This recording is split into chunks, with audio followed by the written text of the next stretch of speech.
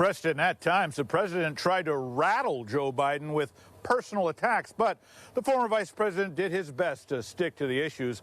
Our KOMO News political analyst says there was a lot put out there to consider.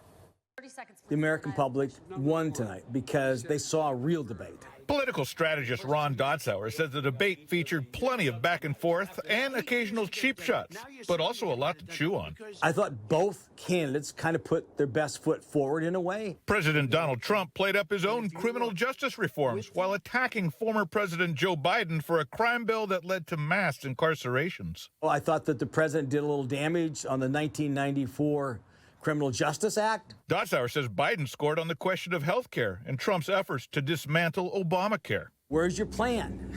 You've been talking about a plan for 4 years on health care. You know, I have a plan for health care, and he went back and he outlined a plan for health care. But there were stumbles, too, especially out of the gate when Trump addressed his handling of the pandemic. Because he once again tonight, he said, well, we're just around the corner from the defeat of COVID.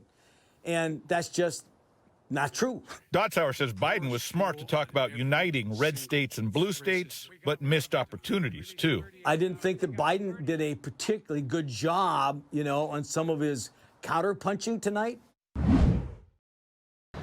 Well, Mary, we are faring much better here in Washington than most states, many of which are seeing a dramatic spike in the number of cases. And the new study says that the next 6 to 12 weeks will be the darkest yet of this pandemic. But that expert that I was able to catch up with, he is taking a much more optimistic approach.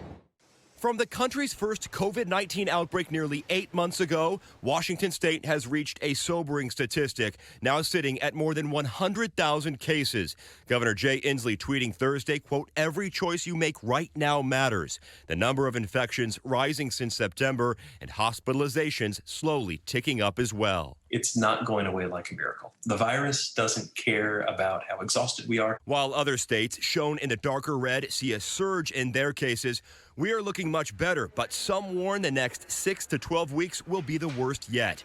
Dr. Paul Pottinger is an infectious disease expert with the University of Washington. I think it's actually an opportunity for us to prove those predictions wrong. He believes it can be turned the other way, only if everyone keeps their guard up. The way it is spreading today is people who know what the right thing is to do, but they're just tired. Preston, this is being described as a critical moment for the inland Northwest. Specifically, we're talking about Kootenai County, which sits in northern Idaho.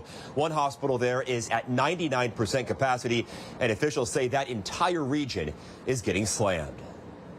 In scenic Coeur d'Alene, Idaho, an ugly picture is emerging. Kootenai County is seeing a spike in COVID-19 cases. This graph from the Idaho Division of Public Health showing that increase. And between Tuesday and Wednesday, 24 more people on ventilators across the state, where the virus continues to spread.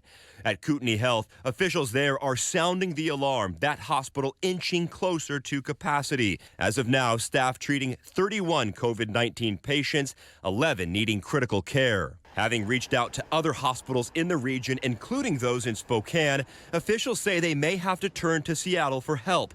In a statement saying, quote, "For this reason, we are looking at hospitals beyond our normal transfer area to see what is available."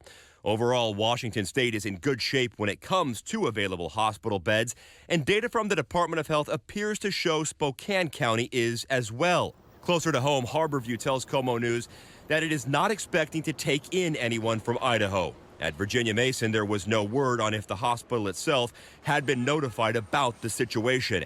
And in Renton at Valley Medical Center, there's room for patients should the need arise, but no one, for now, is coming in from out of state.